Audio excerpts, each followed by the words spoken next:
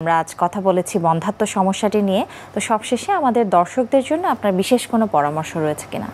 যারা এই সমস্যার মধ্য দিয়ে যাচ্ছেন, প্রথমত তাদেরকে ভয় পেতে না করব যে আপনারা ভয় পাবেন না, এই সমস্যার সমাধান আছে, এটা হচ্ছে কথা। আপনি অবশ্যই কোনো ভালো ইনফার্টিলিটি স্পেশালিস্টের সাথে দেখা করেন, কথা বলেন, এবং আপনাদের নিজেদেরকে আসলে এই প্রবলেম থেকে বের হতে হলে মানসিকভাবে আগে শক্ত হতে হবে, এটা খুব ইম্পর্টেন্ট। আপনার প্রবলেমগুলো ডায়াগনোসিস হতে টাইম দিতে হবে, সময় দিতে হবে, এবং এটার পিছনে লেগে থাকতে হবে। তার সাথে আমি বলবো যে একটা হেলদি লাইফস্টাইল মেনটেন করেন, এটা খুবই ইম্পর্টেন্ট। এখন অনেকেই আছে ওবেসিটিটা মেনটেন করতে চায় না, বা দেখা যাচ্ছে জাঙ্ক ফুডের প্রতি অনেক থাকে। এগুলো থেকে বের হয়ে আসতে বলবো। নিয়মিত হাঁটা চলা করাটা বেটার।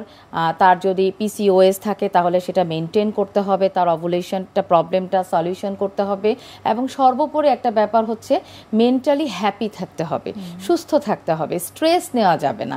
অনেক কাপলের একটা ব্যাপার থাকে, এসেই খুব হতাশ, খুব বিপর্যস্ত, মানে তাদের যে একটা নর্মাল স্বাভাবিক জীবন সেটা বিপর্যস্ত। আমি বলবো হাসি খুশি থাকার চেষ্টা করেন, এবং আল্লাহকে তো অবশ্যই আল্লাহর কাছে আমাদেরকে চাইতে হবে, দেওয়ার মালিক আল্লাহ তাআলা, অবশ্যই তার সাথে চেষ্টা করতে হবে, চিকিৎসা নিতে হবে, মানসিকভাবে সুস্থ থাকতে হবে। একেবারে অনেক অনেক ধন্যবাদ। অনেক গুরুত্বপূর্ণ কিছু আমাদের তথ্য দিয়েছেন বন্ধ্যাত্ব সম্পর্কে, এই জন্য অনেক ধন্যবাদ, এবং আমাদের অনুষ্ঠানে আপনি এসেছেন, অসংখ্য ধন্যবাদ। আপনাকেও অনেক ধন্যবাদ।